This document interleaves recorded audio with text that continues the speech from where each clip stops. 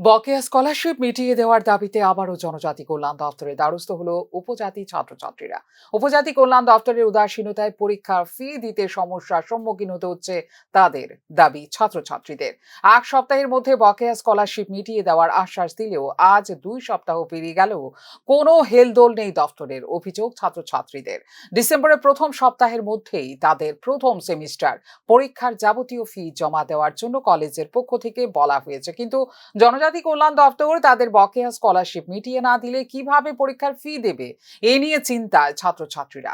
তাছাড়া গত নভেম্বর মাসের 1 তারিখ যখন তারা দপ্তরে যোগাযোগ করেছিল, তখন দপ্তর থেকে বলা হয়েছিল যে ফিজিক্যাল ভেরিফিকেশন করার পর যদি এরা জেনুইন স্টুডেন্ট হয় তাহলে 1 সপ্তাহের মধ্যেই তাদের বকেয়া স্কলারশিপ মিটিয়ে দেওয়া হবে।